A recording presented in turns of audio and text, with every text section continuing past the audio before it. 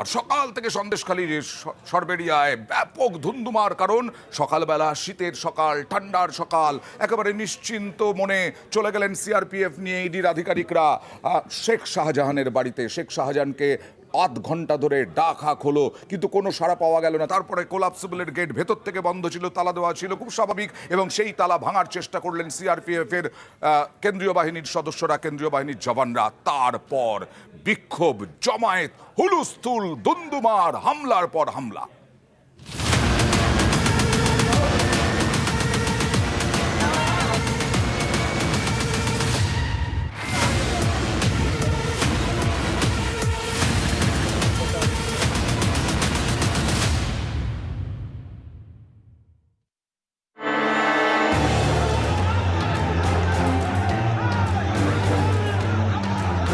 শুক্রবার ৭ সকালে ধুন্ধুমার,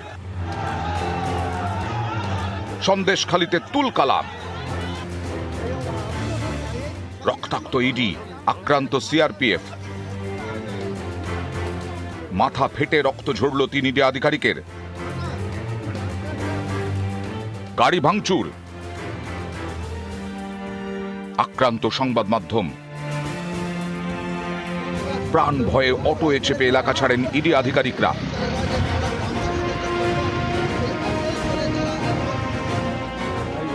রেশন দুর্নীতির তদন্তে এদিন সকালে উত্তর ২৪ পরগনার সন্দেশখালীর সরবেরিয়ায় যায় কেন্দ্রীয় তদন্তকারী সংস্থা, সঙ্গে সিআরপিএফ।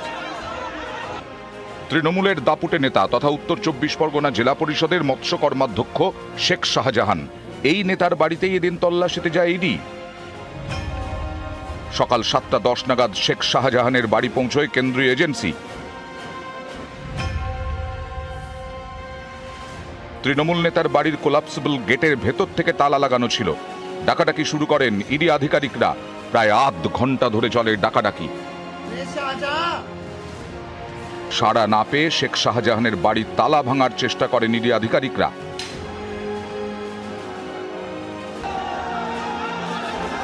ততক্ষণে তৃণমূল নেতার অনুগামীরা বাইরে জমায়েত শুরু করেছেন। ৮:15 নাগাদ শুরু হয়ে যায় তুলকালাম। ইডি আধিকারিকদের ঘিরে বিক্ষোভ।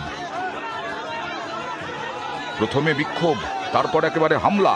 ৩ ইডি অফিসারের মাথা ফেটে রক্ত ঝরে। সাংবাদিকদেরও মারধর করা হয়। ভাঙচুর চালানো হয় ইডি এবং সংবাদ মাধ্যমের গাড়িতে। তদন্ত করতে গিয়ে আক্রান্ত, প্রাণে বাঁচতে অটোয়ে চেপে এলাকা ছাড়েন ইডি আধিকারিকরা। আমার মাথা ফেটেছে, ওর মাথা ফেটেছে। পরে আমরা যখন হেঁটে আসছি, আপনার মোট কজন ছিলেন না? আমরা টিমে ৮ জন ছিলাম। হ্যাঁ। ৮ জন আছে, বাসে আসছে। আর বাকি কারা ওরকম ওখানে আছে না বেরিয়ে এসছে? কোনো যোগাযোগ নেই, কোনো যোগাযোগই নেই। হামলায় জখম হন নিউজ ১৮ বাংলার সাংবাদিক অমিত সরকার। তাঁর ইন্টারনাল হ্যামারেজের আশঙ্কা রয়েছে বলে জানিয়েছেন চিকিৎসকরা। নিউজ ১৮ বাংলার চিত্র সাংবাদিক বিপুল ঘোষ আক্রান্ত, তাঁকেও হাসপাতালে নিয়ে যেতে হয়।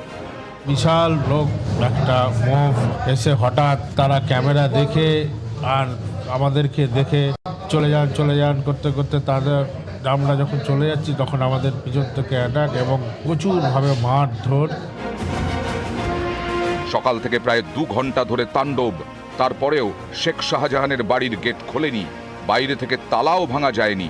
বিকেলের দিকে সরবেরিয়ায় র্যাব পুলিশ মোতায়েন করা হয়। নিউজ ১৮ বাংলা।